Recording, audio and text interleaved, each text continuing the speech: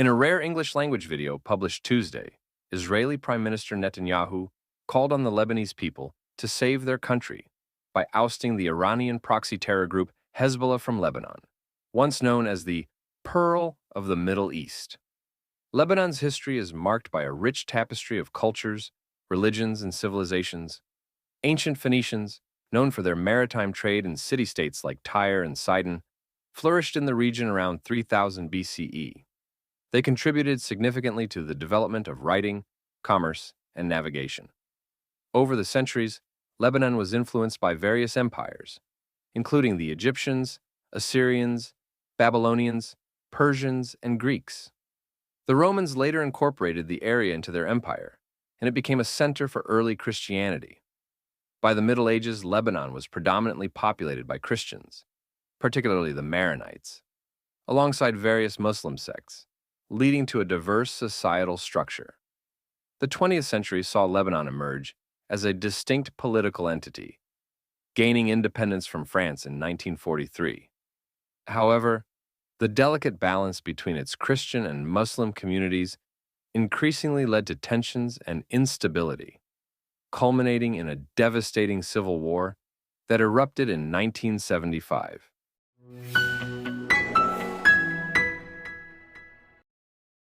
The Lebanese Civil War was not initiated by a single individual or group.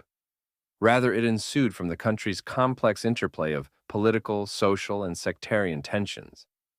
The immediate catalyst for the war was the growing discontent among the Palestinian refugee population, which had been in Lebanon since the 1948 First Arab-Israeli War, also known as Israel's War of Independence. Tensions escalated when armed clashes broke out between Christian militias and Palestinian factions.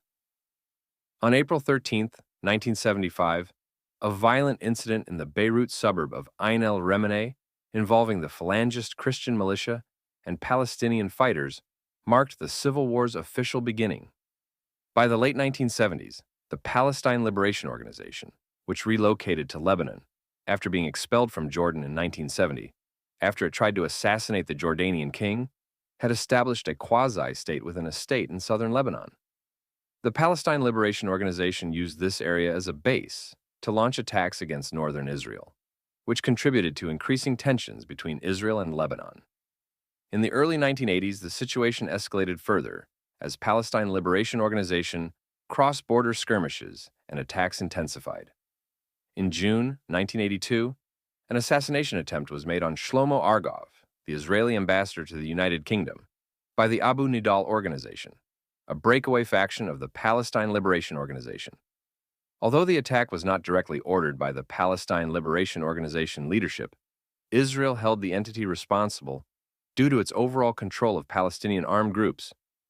3 days later, Israel launched Operation Peace for Galilee, with the declared aim of pushing Palestine Liberation Organization forces away from its northern border and creating a 40-kilometer buffer zone. The invasion quickly escalated into a full-scale war as Israeli forces advanced towards Beirut, Lebanon's capital, where the PLO was headquartered, ultimately culminating in the Palestine Liberation Organization's withdrawal from Lebanon and relocation to Tunisia. In the years that followed, the Palestine Liberation Organization shifted its focus towards a more quote-unquote diplomatic, really spurious and haphazard, approach in pursuit of Palestinian statehood, leading to the signing of the Oslo Accords in the early 1990s. This landmark agreement between the Palestine Liberation Organization and Israel aimed to establish a framework for peace and included mutual recognition and the establishment of the Palestinian Authority to govern parts of the West Bank and Gaza Strip. However, the Palestine Liberation Organization's authority and influence were significantly diminished due to internal divisions, rampant kleptocracy and nepotism, and the emergence of competing factions, such as Hamas and Palestinian Islamic Jihad. Meanwhile, back in Lebanon, Hezbollah, a Shiite political and terrorist group, was formed in the early 1980s. The roots of Hezbollah can be traced back to various Shiite militias, Islamic organizations, and clerics that had been developing in Lebanon since the 1960s, influenced by the Iranian Revolution of 1979, which inspired Shiite groups across the Middle East. Hezbollah was officially founded in 1985 with a manifesto that featured the expulsion of Western influences from Lebanon, the destruction of Israel, allegiance to Islamic Republic of Iran's supreme leader, and the establishment of an Iran-influenced Islamist government. As such, the group received overwhelming support from the jihad-happy Iranian regime, including military training and funding. Over time, Hezbollah evolved into a significant political force in Lebanon, participating in elections and establishing social services, while also bolstering its military capabilities, the same blueprint that Hamas has followed in Gaza. Today, it is considered the most heavily armed non-state group in the world, with its armed strength assessed to be equivalent to that of a medium-sized army. A few years ago, Hezbollah leader Hassan Nasrallah, who was assassinated last month, said the group had around 100,000 fighters. Some of these fighters executed a cross-border raid into Israel in July 2006, triggering the Second Lebanon War. Hezbollah operatives also launched a missile at an Israeli military patrol along the border and subsequently ambushed IDF soldiers, resulting in the deaths of 3 Israelis and the abduction of 2 others.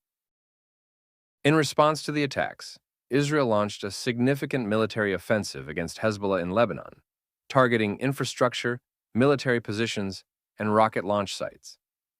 The war lasted roughly 1 month until a United Nations brokered ceasefire came into effect, resulting in UN Security Council Resolution 1701. Israel has respected the resolution, and Hezbollah, in contravention, did not disarm after Israel's withdrawal from southern Lebanon.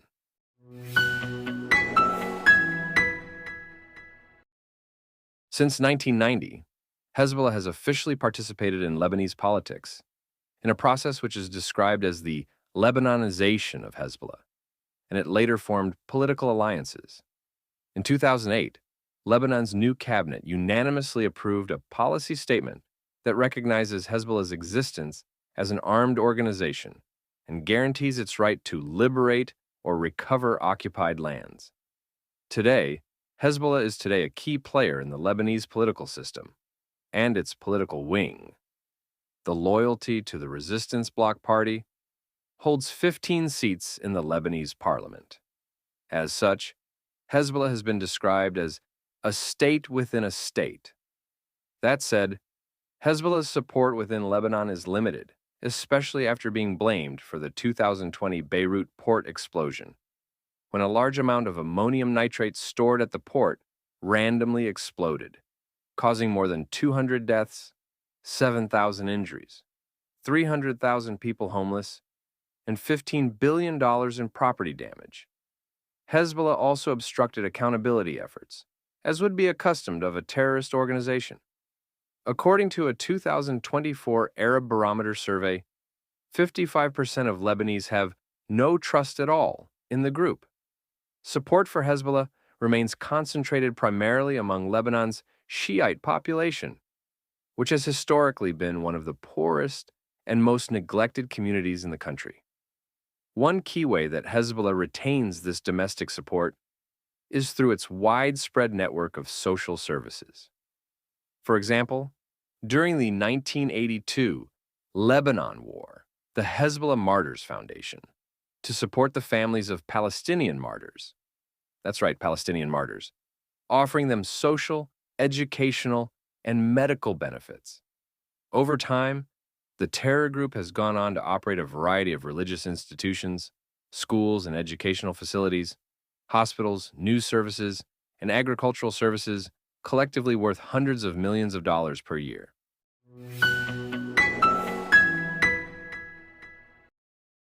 Hezbollah's secret services have been described as one of the best in the world. They have infiltrated the IDF and collaborate with the Lebanese intelligence agencies, which we have the United States to blame, at least in part.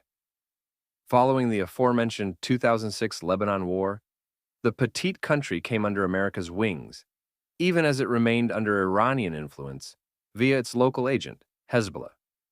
This U.S.-Iranian condominium, cemented during Barack Obama's 8 years in the White House, involves America subsidizing the Lebanese security sector, including its two largest institutions, the Lebanese Armed Forces and the Internal Security Forces.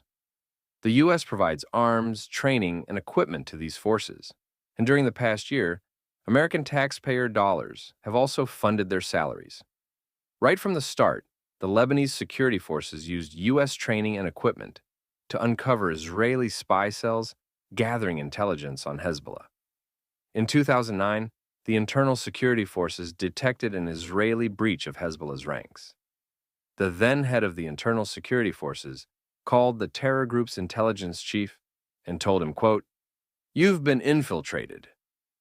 After Hezbollah and the Internal Security Forces exchanged information, Hezbollah reportedly took over surveillancing, apprehending, and interrogating the spies. Following the assassination of Hezbollah senior commander Imad Mughnieh in Damascus the previous year, the Lebanese armed forces gave Hezbollah a counterintelligence boost by catching Israeli spies in eastern Lebanon.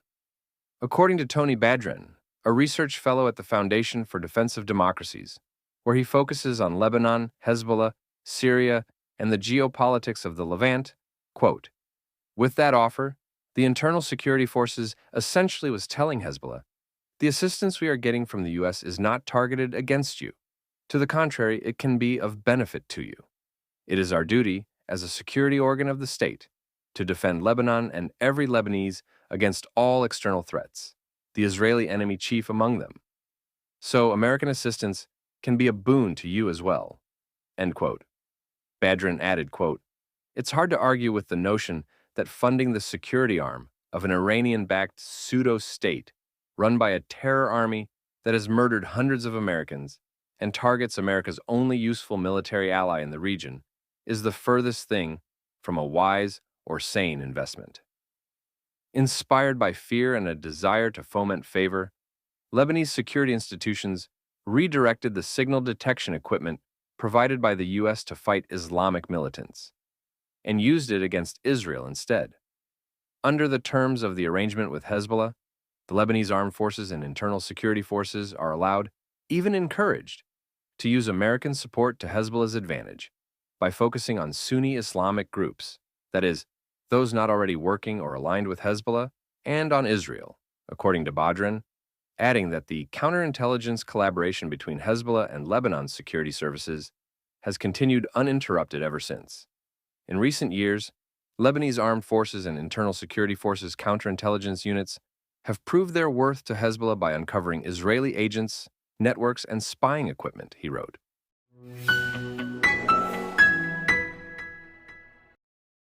In 2023, the Iranian Hezbollah-Hamas coordination efforts increased, specifically in Lebanon.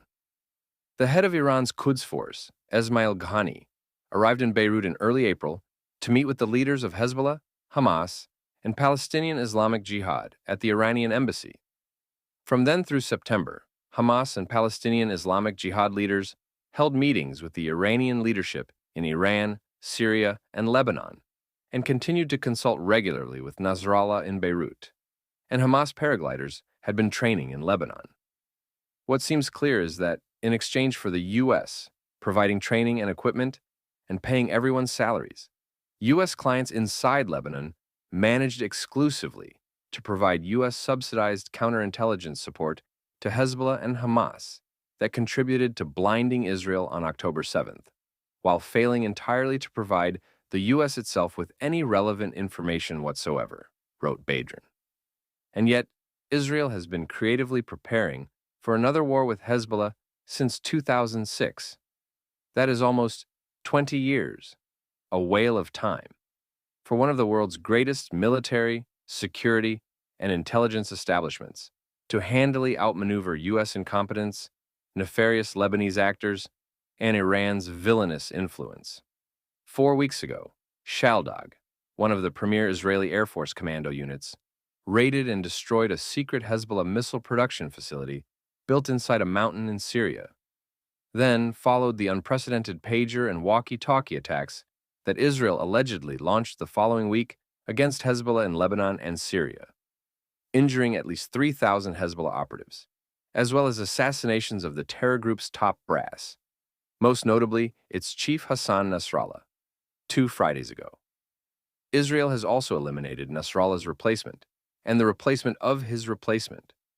During the last month, Hezbollah rocket attacks on Israel have slightly increased in amount, range, and damage, amounting to between 100 to 200 per day, but they do not remotely match the uptick in attacks that Israel has justifiably unleashed. It seems that Israel upped the ante significantly, and Hezbollah cannot keep up. Even when Hezbollah tries to launch rockets at Israel, the IDF preemptively attacks Hezbollah's weapons stores and missile launchers, greatly minimizing their output. In instances when Hezbollah does successfully send a volley toward Israel, the IDF almost instantly detects the source of fire and counterattacks to destroy it. Meanwhile, the people of Lebanon suffer because Hezbollah, with Iran's tremendous help and America's tremendous ignorance, has hijacked the storied country, a former financial and cultural hub for investors and travelers, earning another nickname, Switzerland of the East, some several decades ago.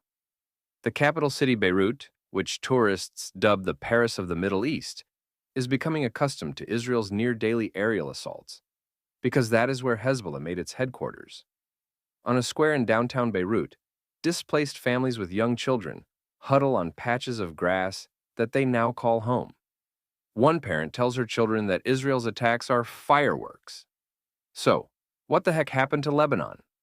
In 2 words, radical Islam. In 3 words, Palestinians and radical Islam.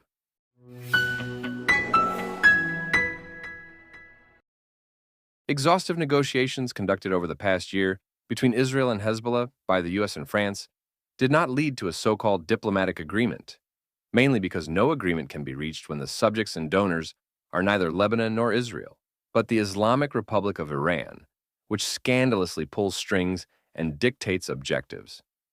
There is also a basic and obvious issue at the heart of this conflict. A terrorist organization operating from within a state does not void the state of responsibility. The war between Israel and Hezbollah is a war within Lebanon. From Lebanese territory, a war with Israel began on October 8, 2023, when Hezbollah started attacking Israel's north, quote, in support of Gaza. One reason for Iran's success is that the US-led West ignorantly agrees to separate Lebanon from Hezbollah, a fundamental and remarkable mistake. Israel is at war with Lebanon, a war that forced Israel to evacuate the northern part of its country, turning some 60,000 Israelis into refugees in their own land and subjecting over 1 million more to Hezbollah's rockets, mortars, and anti-tank missiles daily for an entire year. In the last Lebanese elections, Hezbollah supporters won 60 seats, including 13 held by Hezbollah itself. Nearly half of these delegates are under the terror group's control, and 2 ministers serve on its behalf in the Lebanese government. Therefore, any distinction between Hezbollah and Lebanon is artificial and far-fetched. Hezbollah is a Lebanese party with a military force that is orders of magnitude larger than the Lebanese armies, and the terror group's arsenal is similar in strength to a mid-sized European power. Yet, Lebanon has managed to create the image of a peaceful, blameless country, of which Hezbollah is neither a part nor in control. It is pertinent to expose this deception. The terrorist organization is a major component of Lebanon.